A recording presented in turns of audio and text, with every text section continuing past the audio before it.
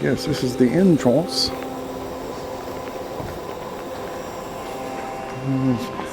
Shopping slipper.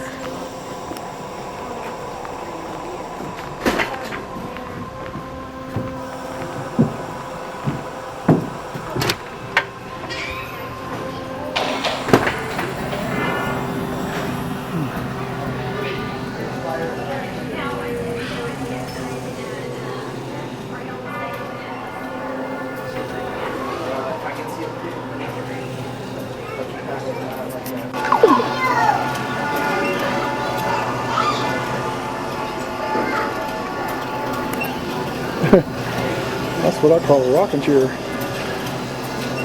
Do not touch. Okay. Grandma's not here.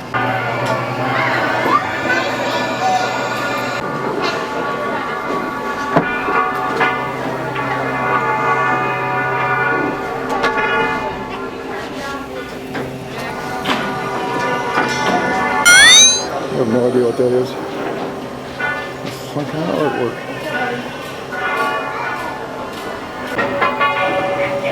Little dragon carpet scissors.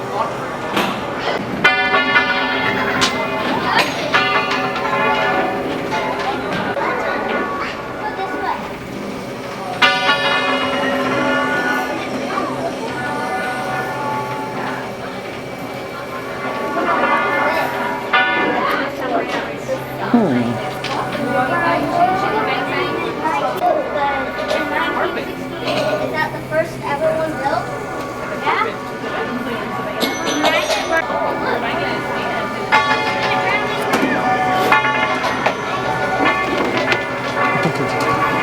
That was really slick.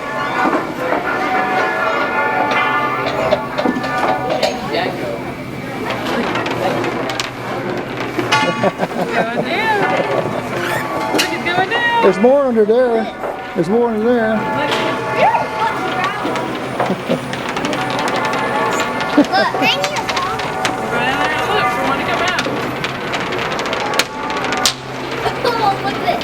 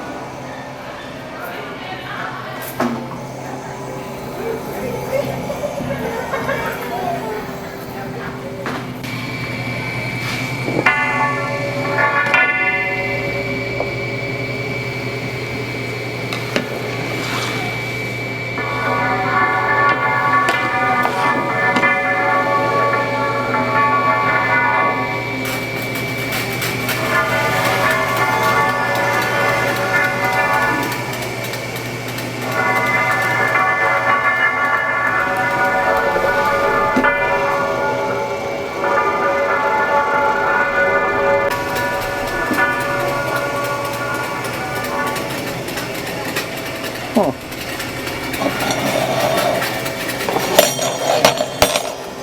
That is fun.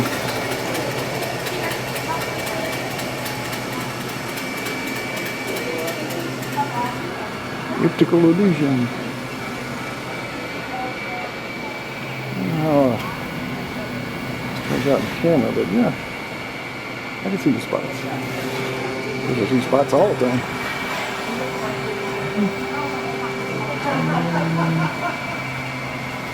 Cool.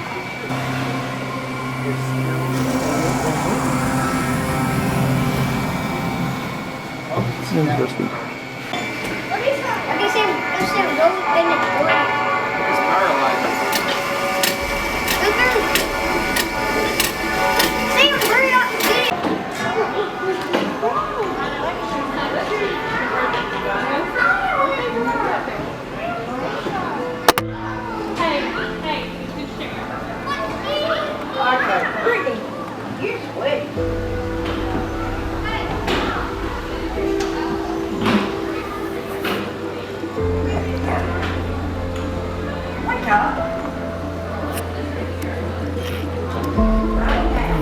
invisible stained glass.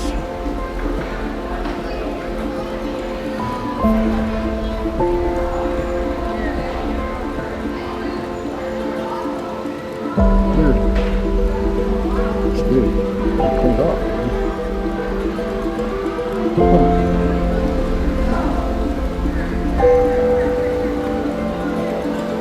Red, green, blue.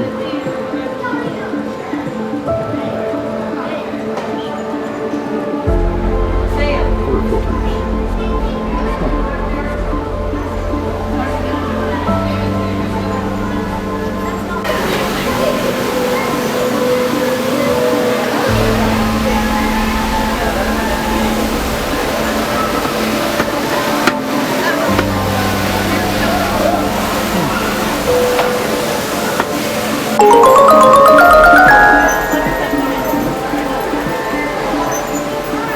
Fun of that.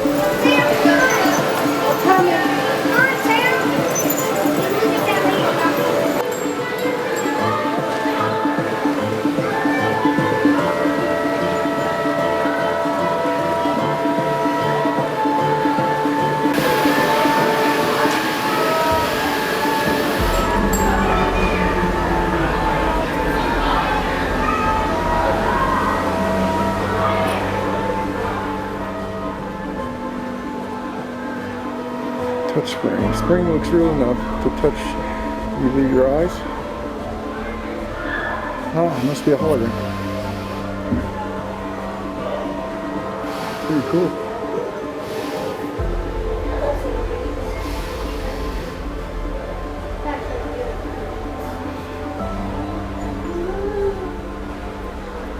Can't really see this. It's a mirror maze.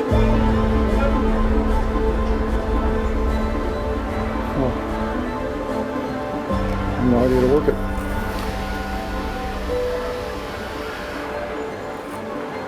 Start.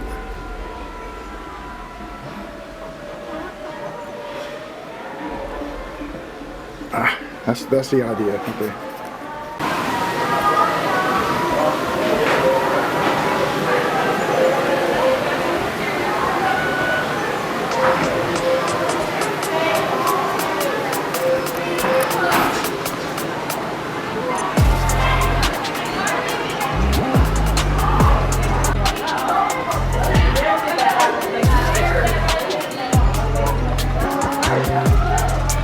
Whoa, didn't notice that.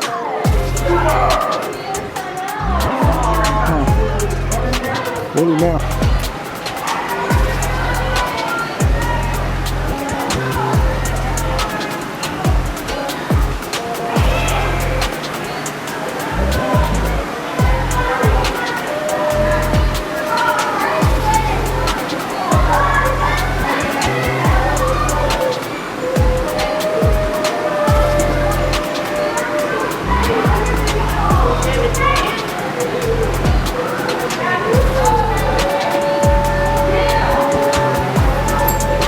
Big shot.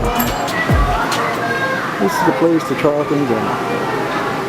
Huh.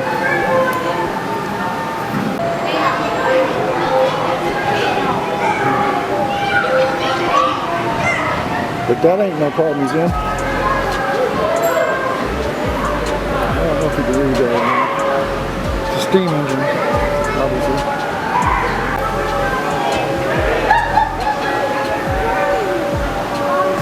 That's the circuit board. Magnetic pendulums. Something out of 80 days around the world.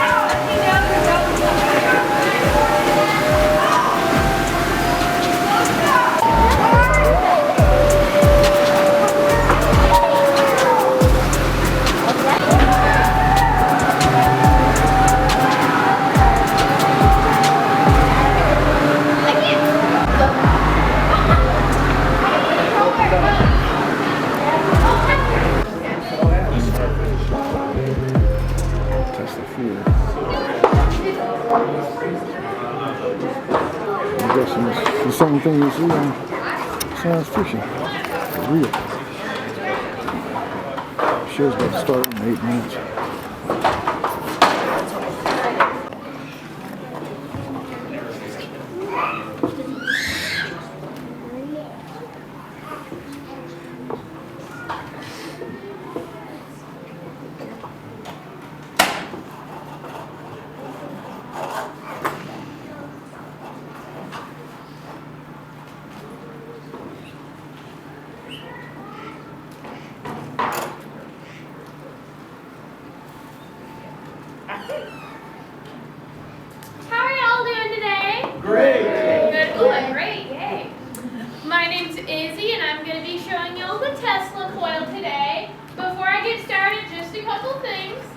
in case you need to leave the show early, the exit is right back here, and it will take you outside by the dino dig, and you can re-enter this part of the museum through the glass doors over there.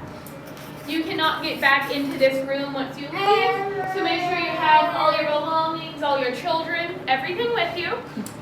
The Tesla coil is a little bit loud, so we do a countdown so you know when to cover your ears if you think you need to. It's not too bad. It's like loud thunder and lightning, but I tell people to cover your ears at the beginning so you know what to expect. And feel free to take photos or videos of the Tesla coil, but we ask that you do not use flash because it is distracting to others, and you also get a much better photo without flash. So I'm going to go ahead and show you all the Tesla coil and then talk about it. So I'm going to do a big countdown from 5 if anyone would like to count with me. In 5, 4, 3, 2, 1.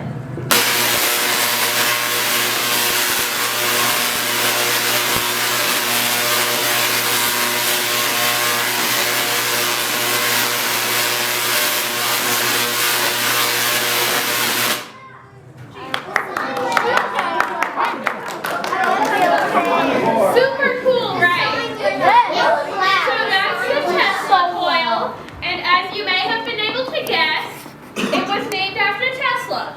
But even if you don't know who Nikola Tesla was, he probably had some effect on the way you live your life today because of something he did. So we like to do a little game to see if he has affected your life. So if you want to play along, you can just raise your hands with the question. It's easy stuff. Like, do you ever talk on a cell phone? Or listen to a radio? Or watch TV? I'm going to do 2 hands. I really like TV. Or have you ever played with a drone, remote control car, plane, helicopter, anything like that? Or have you ever had an x-ray at the doctor, a dentist, orthodontist? Or do you have these twisty, compact, fluorescent light bulbs at home, at school, at your job? Really, anywhere you spend a lot of time. And if you came here today in a car, or a bus, truck, van, motorcycle, helicopter, anything like that, plane. If you said yes to any of these questions, which I think we all did, then that means we all passed the Tesla test. Woohoo! Which means Nikola Tesla had some effect on our lives today because of something he did. Be it something he invented, something he helped invent, something he did that led to the invention of something else. But who was this guy? So, Nikola Tesla was born in 1856 in what is now Croatia. And when he was a young man, he immigrated to the United States, and he got a job with a man I think y'all will recognize. Do y'all know who this is? No. Thomas Edison, that's right. And what is Edison known for? Like, what was his thing? Yeah, light bulbs, that's right. Thomas Edison is credited with the invention of the light bulb, which he only kind of did. I say that because a lot of people made light bulbs. At the time, that's what all the inventors were trying to figure out. And a lot of them did. Edison was just the one who got the patent on it, which meant the government told him that this was his design and no one could use it unless they talked to him about it. He had dibs on light bulbs, basically. He had a whole company called General Electric, which is still around today. You may know them for making household appliances, but they do a whole lot more. At the time, they were the main company in the region you went to if you wanted to have electricity and lights in your home. The method they used to move this electricity around was called direct current or DC. This is what a battery uses. If you think about how a battery has the positive and the negative side, and you have to stick it in the right way to work, that is because that electricity can only travel one way. Stay with me. The thing about DC is that it is not the most efficient method for a couple of reasons, one of which being it cannot travel very far, so these boosting stations had to be placed every mile or so that electricity needed to travel. With DC, everything also has to be on its own power line, So it got super messy and kind of dangerous with all these wires overhead. So Tesla wanted to find a more efficient way to do this, and he figured out alternating current, or AC. Now with AC, that same electricity can go either way a lot longer than a mile without needing to be boosted, and everything does not need to be on its own power line. So those downsides of DC are not an issue with AC. So Tesla took this new method to his boss, Edison, and told him about it and suggested they change over and do it this way instead. Edison didn't like that idea. He had a lot of time and money invested in how he had been doing stuff, so he wasn't going to change it just because Tesla had a new idea. Tesla didn't like that his boss wasn't listening to his ideas, so he ended up leaving his job at General Electric and doing little odd jobs like digging ditches and stuff just to make ends meet, until he met this man. Does anyone know who that is? Honestly, this is the only photo of him I would recognize. This is George Westinghouse. All you really need to know about Westinghouse is that he was a man with a lot of money. So he partnered together with Tesla, who was a man with a lot of ideas, and they made the Westinghouse Electric Company. This was a really big deal because now General Electric had a new competitor, and they knew how big of a threat they were going to be to them because they knew how smart Tesla really was. This started a long, ongoing battle between these two. Lots of stuff happened. We are going to skip over most of it because it gets a little bit too intense at times. But this is a super interesting topic to read about if you ever want to waste an hour online reading about something completely random. So I'm going to say one thing to pique your interest about it, so you will go look it up later. Nikola Tesla was in love with a pigeon. Moving on. Did he marry her? Now you're curious, right? You're going to go Google that after? Yes. Fun fact, Saturday we're having a party up here for Tesla's birthday. His birthday's on Monday. And we are giving away pigeon stickers. Super fun. So if y'all want to come back. Anyway, moving on. We're going to skip on over to 1893 in Chicago when they were preparing for the World's Fair. They knew they wanted to light up the whole city with these white lights, and they had two options for companies they could hire to do it. They had Tesla at Westinghouse, or they had Edison at General Electric. A lot of people liked and trusted Edison because he made the light bulb, so people knew who he was. But Tesla's method was a little bit cheaper because it was a little bit more efficient. Who do y'all think they went with, Tesla or Edison? Tesla. Tesla, that's right. They went with Tesla's method. I'm going to ask y'all something else. If you got hired to light up a whole city with a whole bunch of lights, what is something you really need to have besides just the electricity? Light bulbs. You need a whole bunch of light bulbs. I'm going to ask y'all something else. Do y'all remember who has the patent on light bulbs in 1893? Yeah. Edison, that is right. One more thing, one more question for y'all. Do you think Edison let Tesla use his light bulb design? No. No way. So Tesla had to figure out what to do. He got hired to do a job, but now he didn't have one of the most important elements to complete that job. So he just designed his own light bulb that's completely different from Edison's and got his patented.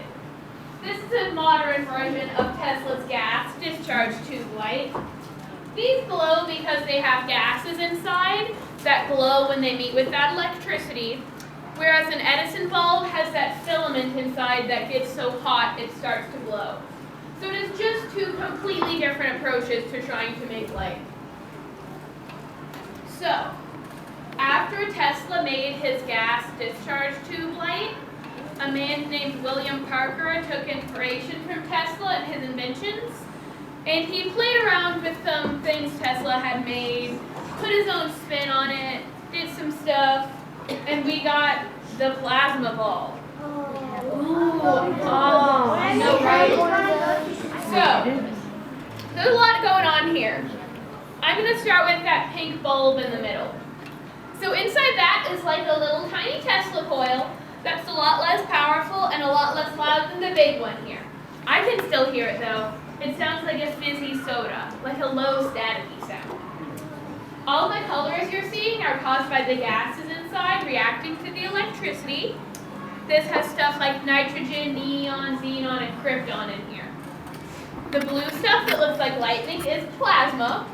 Plasma is what happens when certain gases or combinations of gases react with electricity. Plasma is a state of matter, just like solid, liquid, and gas, and is what lightning bolts and nebulas are made of. The super cool thing about a plasma ball is that there's all those beams of plasma jumping around in there, but when I touch it, it goes right to my hand. It'll follow me too. I don't feel anything at all because glass is an insulator, so it is keeping me from getting shocked. So even if my hands were wet or I had on metal rings or anything like that, it still wouldn't shock me. But even though glass is an insulator, it still lets out just a little bit of electricity. And we can see that by putting this light bulb over here. It can be pretty far away and still do it. Actually, I could hold it all the way over here and it'll still light up because that electricity can go over my body into the light bulb. And then it's like I have a lightsaber. One thing I want to make clear though, that electricity over my body, not through my body. Might not seem like a big goes through your body, that is called electrocution. Would not recommend that. You can do lots of fun stuff with a plasma ball. Like if I put my hand on this and someone puts a light bulb on my head, it'll light up like I have a big idea. Most of the time, if you have on light up shoes, they will light up when you touch a plasma ball. You can also shock someone with a plasma ball the way you can rub your feet on the carpet and shock your little sibling, just like that. They're super fun. I love these things. So, if we think about how this solid glass ball can let out enough electricity to light up my light bulb, we think about that same idea, but on the big Tesla coil. And instead of a solid glass ball, it has this cage with all these gaps between the bars. Does it let out electricity the same way this glass does? We can test it out. So I'm going to set this right here, and we're going to see what happens when the coil goes off. So, who thinks that this light bulb will light up? Anyone? Okay. So who thinks it will not light up? Anyone? Okay. Who has no idea what's going to happen but is excited to see the Tesla coil again? I think that's our majority here. So, another big countdown in 5, 4, 3, 2, 1.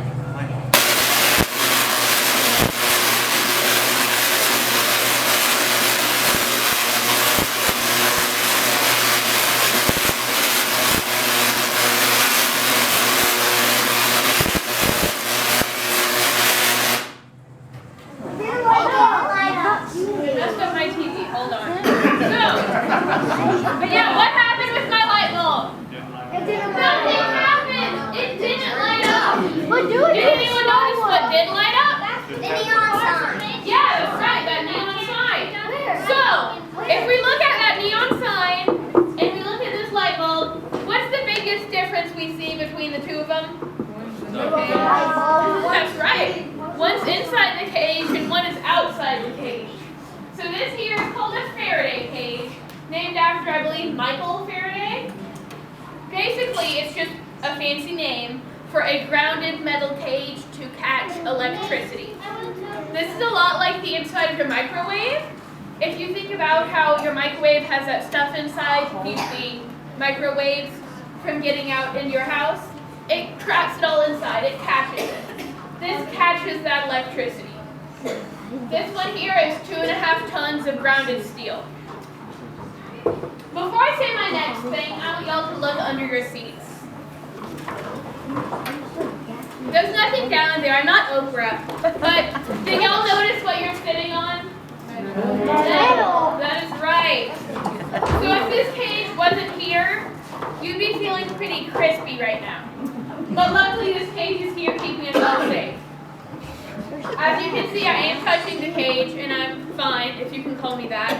But what do you think would happen if I touched this cage? while the coil was going on. You would think it would shock me, right? Because that makes sense, doesn't it? If this is what catches that electricity, I would feel it when I touch it, won't I? But actually, that's not what would happen. So basically, this cage right here is like the best employee ever. Only after me, of course. And it's like so good at its job that immediately, just the second that electricity hits it, it grounds it. It just gets it out of here like that, immediately. So if I were to touch this when the coil was going off, I should be fine. Notice I said should, because of course we're not going to test that one. We are going to trust the science behind it and not test that one out. Pretty sure I'd be fine, because, you know, that's what the science says. But who knows? Maybe this coil is just too powerful. Probably not. Because this coil here is the most powerful one of its type. So this coil was installed in 2002. And if you came to the museum in the early 2000s, you might remember that this whole setup was out in the middle of the museum. In 2007, the Guinness Book of World Records came down here, and they measured how much electricity this coil puts off, and all that good stuff. And this coil puts off 1.5 million volts, making it the most powerful one of its type. For me, the only way to visualize how much that is to think about a 9-volt battery, and how much only 9 volts can power, and this is 1.5 million.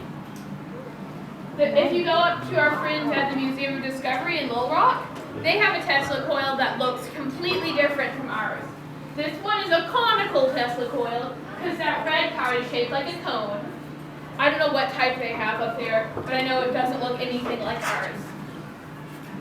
Right outside the door you enter through, we have our little Guinness Record certificate if you would like to take a look at it. Or you can go to the Guinness Record website and look up Tesla coil. There will be a few different records because of the different types of coils, but most powerful conical Tesla coil is this lovely one right here. I'm going to go ahead and show it to y'all one more time. So, one more big countdown in 5, 4, 3, 2, 1. Okay, to work.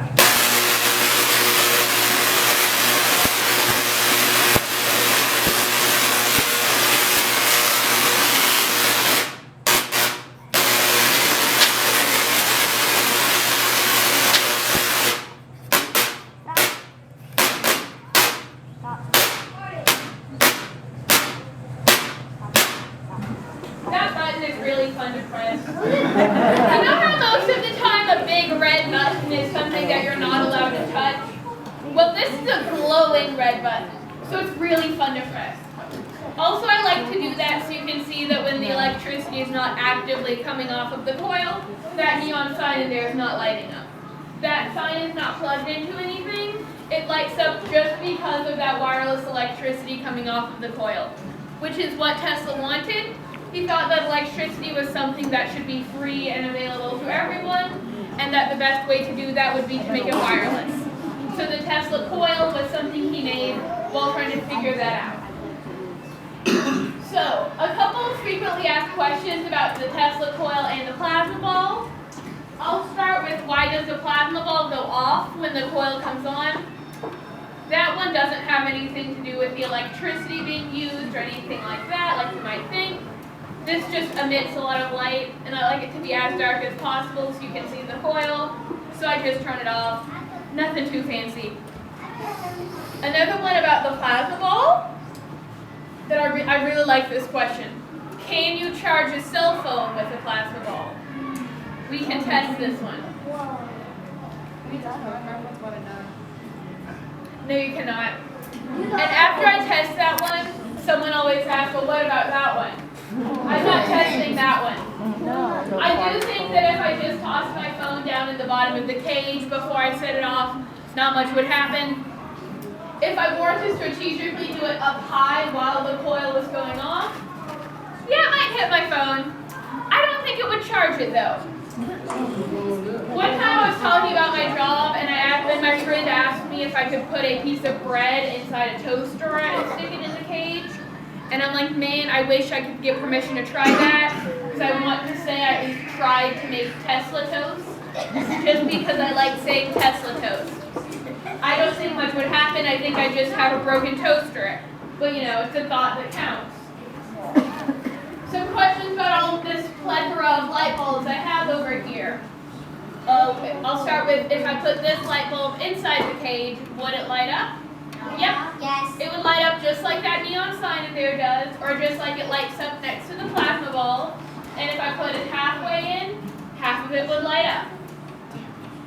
I get a lot of questions about if this one will light up at the plasma bulb. This exact one, no, because it is dead. This one was out in our parking lot for a long time and those giant lights out there, but we keep this dead bulb just because it's cool to look at.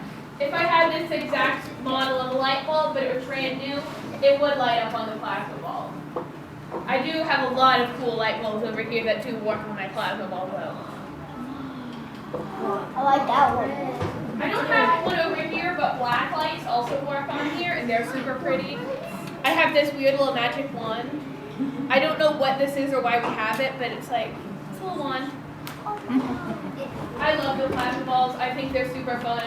I think I'll get me a little tiny one for my new apartment because it's like a lava lamp, but cooler. I like the vibe it gives to the room. I think my kitchen needs one, like if I go down to get some water in the middle of the night. Have a little plasma show going on. So, it is 12:23 at the moment, so I am going to go ahead and give you guys your lights back because that is the end of the official Tesla show. Thank y'all for coming. Have a wonderful rest of your day.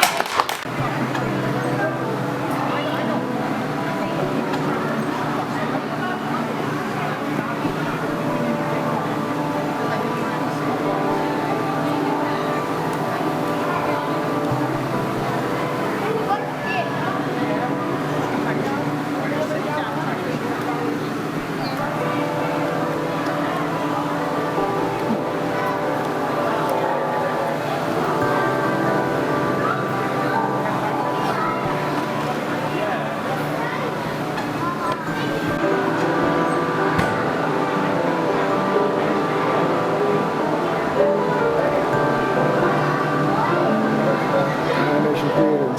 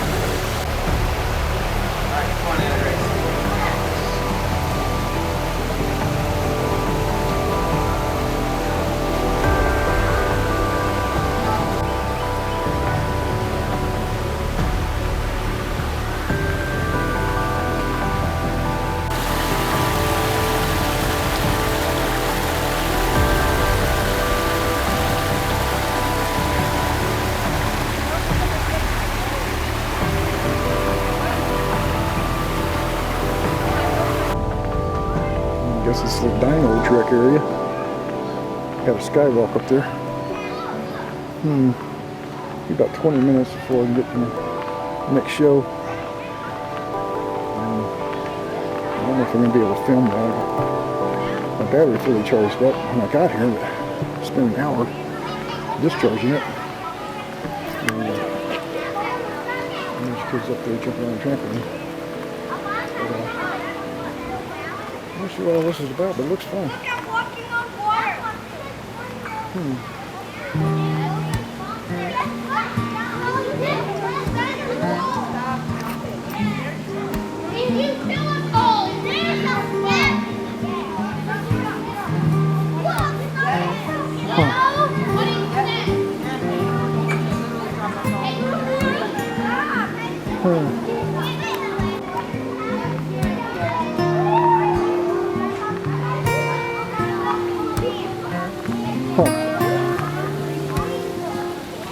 The hammocks are calling to me. And there's the site right there.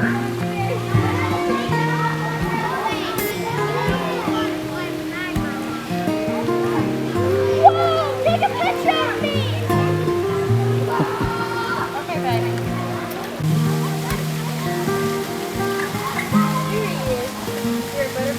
That's the kind of fountain I'd like to have in my house when I get a house. It's got the right sunlight. Not that the fishy. Those are Japanese fish, I forget the name of them. But there ain't much of them.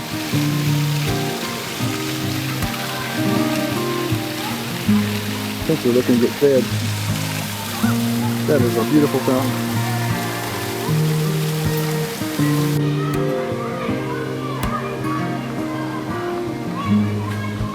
I'm hoping this goes back.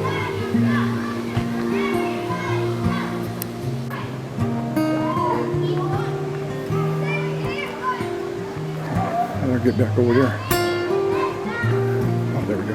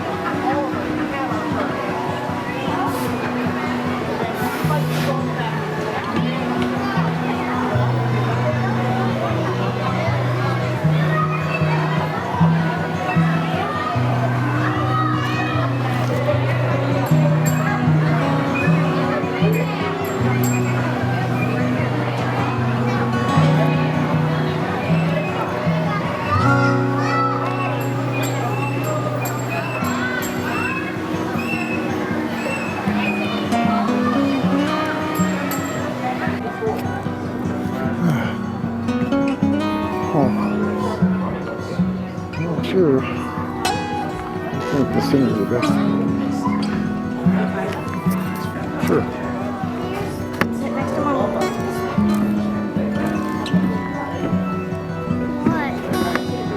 We're gonna watch a show. Here, let me sit down. Yeah.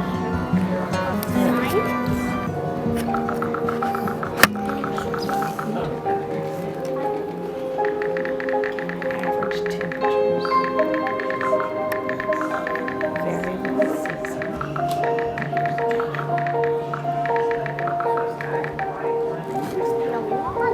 So right now, it's outside free.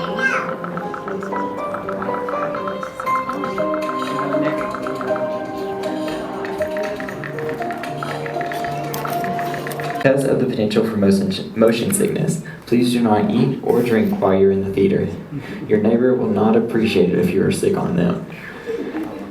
Keep in mind, you're able to leave at any time through the door at the back right of the theater. However, the door will lock behind you and you will not be able to re-enter the theater. Please note that there will be points during the show when the room will be quite dark.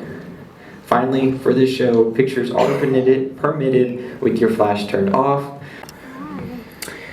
I'm going to turn out the lights, and I want everyone to think about the last time they stopped to look at the night sky.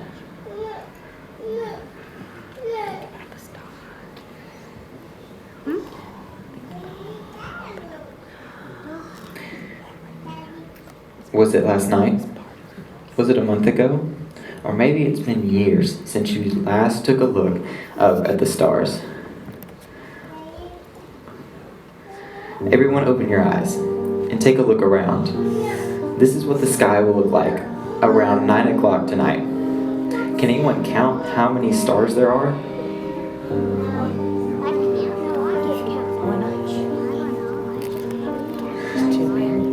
Well, it's kind of hard, huh?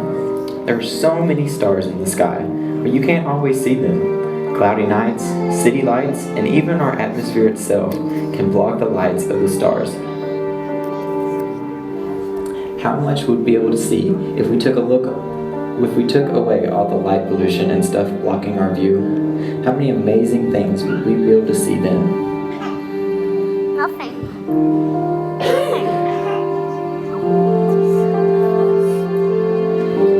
Things that most people haven't been able to see since the invention of the electric light. People used to rely on stars for many things, like navigation, predicting floods. They connected them into constellations we recognize today. Mama, is there lots of planets? By definition, a constellation is a group of stars forming a recognizable pattern because of Earth's orbit around the sun. We don't always see the same constellations in the night sky. Can anyone point out any constellations they recognize? A few of them are relatively easy to spot. There's Ursa Major and Ursa Minor. Look, in a row. Yeah, the Big Dipper. Maybe even the 12 zodiacs.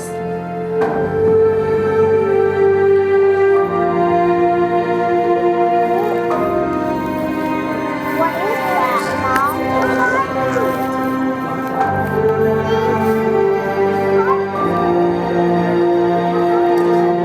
Now, those are pretty cool, aren't they?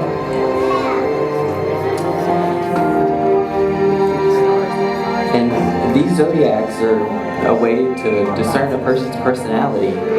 For each month is kind of a different personality that's been given to you by the zodiacs. Which is weird, isn't it?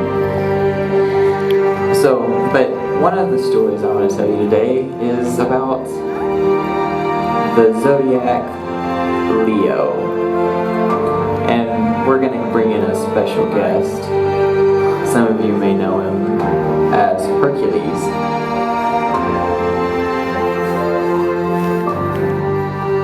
There's our guest.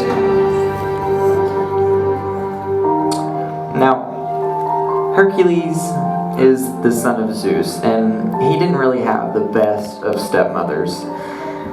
And her name was Hera. They even named Hercules after Hera. His original name was Heracles. Now, Hera was the vengeful type, and she knew she couldn't kill Hercules because he was immortal. So instead, she decided she would do anything she could in her power to make poor Hercules' life as miserable as possible. With her magical powers, she made sure Hercules went nuts. He became so crazy that he ended up killing his own children. After a while, he got his senses back and felt terrible for what he had done. He decided to visit the oracle at Delphi to find out how he could atone for his horrible deed. Hercules was told to serve King Eurystheus of Sinai for 12 years. The king gave Hercules 10 tasks to fulfill. These were known as the labors of Hercules. The first one was to kill the Nemean lion, not a simple task, as his hide was impenetrable. Hercules still managed to kill it by strangling it. With the claws of his lion, he cut off the skin of which he wore as a cloak, and the head of the lion functioned as a helmet. Now, Hercules was even more immortal than before. The Nemean lion would become the constellation Leo, and the only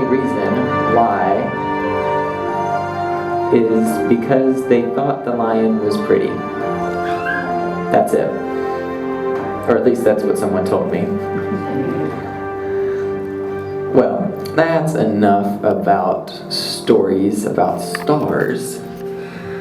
Can anyone tell me what the center of our solar system is?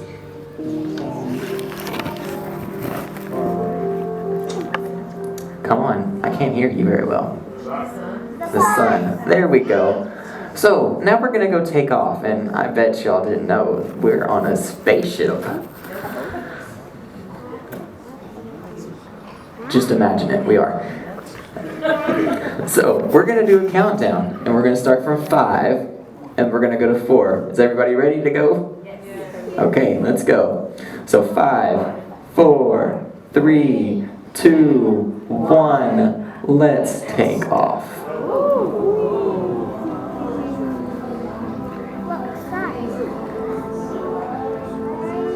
Beautiful, isn't it? Our sun is a yellow dwarf star and the only star in our solar system.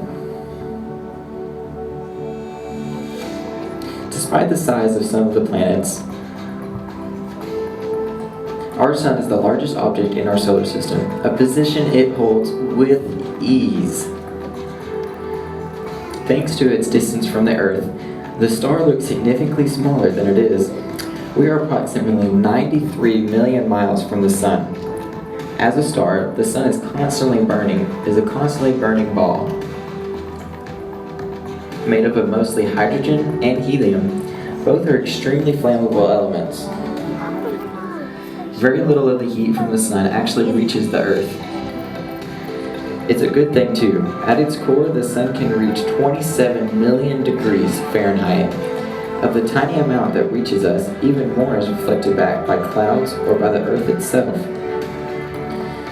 If our planet were closer to the sun, we wouldn't be able to survive. There are, of course, 2 planets closer to the sun than we are. Mercury happens to take first place. It's not a large planet, only slightly larger than our own moon. The view of the sky is very different from the planet's surface. The sun appears 3 times as large and 7 times brighter during the day on Mercury. That day lasts a long time too. One day on Mercury is the same as 59 days here on Earth. Despite its slow rotation, the planet has the fastest orbit in the solar system. 1 year on Mercury is about the same as 88 days on Earth, which means a 1-year-old would be 4 years old on Mercury.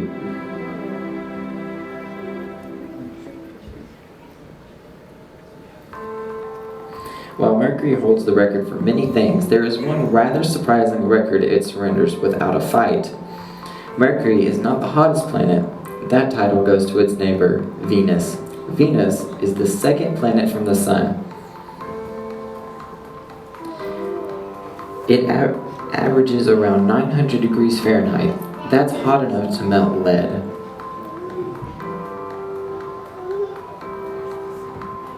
Though there have been ships to successfully land on and send back data from the planet's surface, they've never lasted long. Besides the extreme heat, the planet's atmosphere is extremely thick and toxic, composed mostly of carbon dioxide and clouds of sulfuric acid. Add on air pressure with the same as a mile below the ocean. That's 90 times the surface pressure on Earth, and you have a planet deadly to humans and machines alike.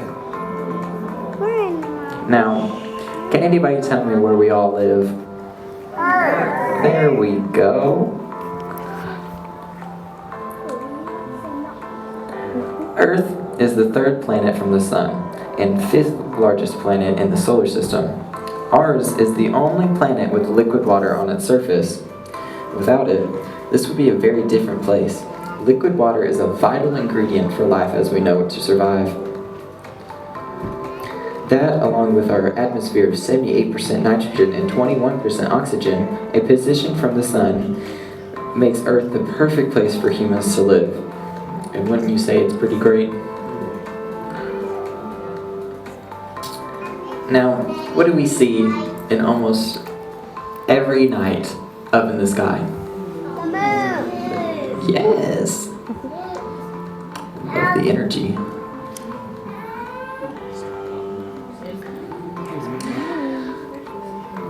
Another important part of everyday life here on Earth is our natural satellite, the moon.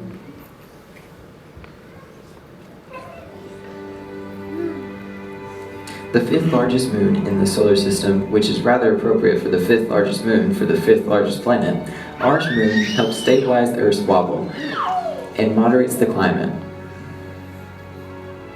It's about 240,000 miles from Earth and covered in craters from comets and asteroid impacts. There have also been over 100 spacecraft sent to the moon, and so far 24 people have traveled there, and 12 have actually walked on its surface. Now, that's enough about the moon. Let's go on to our red friend in the sky. Mars. One of the most explored planets and the subject of many space-themed movies, Mars is currently the only planet with rovers on its surface. NASA has 2 rovers, Curiosity and Perseverance, and a helicopter named Ingenuity. Yes, there is a helicopter on Mars. Perseverance arrived in 2021 with the Ingenuity helicopter strapped to its belly. The helicopter faces one unique challenge on the planet's surface. The atmosphere is very thin. In order to fly, the rotors have to spin faster to have enough lift to support the craft. Mars' atmosphere is made of carbon dioxide, argon, nitrogen, and small amounts of oxygen and water vapor. Its density also changes with the seasons, adding to the challenge of maintaining the aircraft. Actually land on the discovery in 1846. Neptune completed exactly 1 orbit around the Sun back in 2011. Neptune has had only 1 full year since 1846. That's 165 Earth years, despite the distance and freezing temperatures. The planet does have an atmosphere made mostly of molecular hydrogen, atomic helium, and methane. So that's all made with water, I think. Neptune drifts out in space, all alone, having only been visited by NASA's Voyager 2 as it flew by. Well, I say all alone. Neptune does have 14 known moons, which is all named after Greek sea gods and nymphs.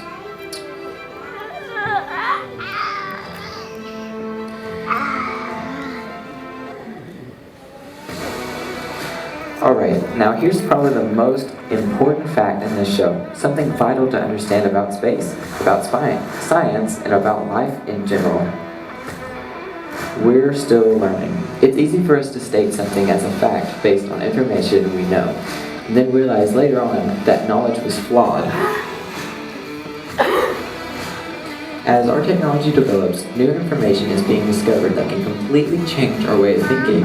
In my opinion, one of the biggest and most controversial examples of this is Pluto.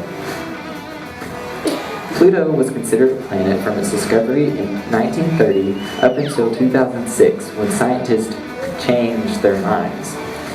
Pluto doesn't technically meet one major requirement to be considered a regular planet, and is now known as a dwarf planet.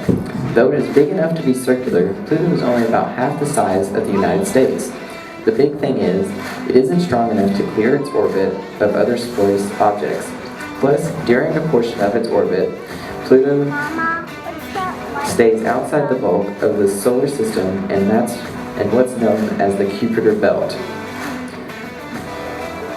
Scientists work every day to learn new things to make sure the facts we teach are correct. The James Webb Space Telescope was recently sent up into space to view space like never before with its infrared cameras. That is why it's important for you to keep learning too. There's a whole universe out there to explore. Keep looking at the stars, and who knows, maybe you'll be the next one to make the next big discovery.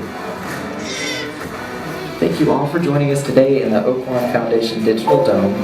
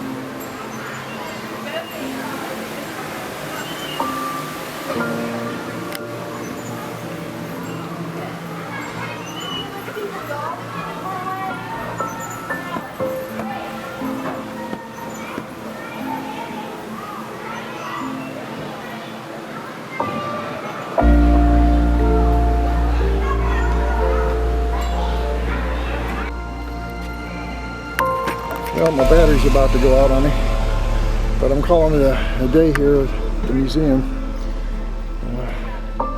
Mid-America Science Museum. It was a wonderful place. Too many kids enjoying themselves, maybe a little bit homesick for the grandkids, but it's getting a little crowded now, so I think I'm going to head on back to the trailer, get something to eat.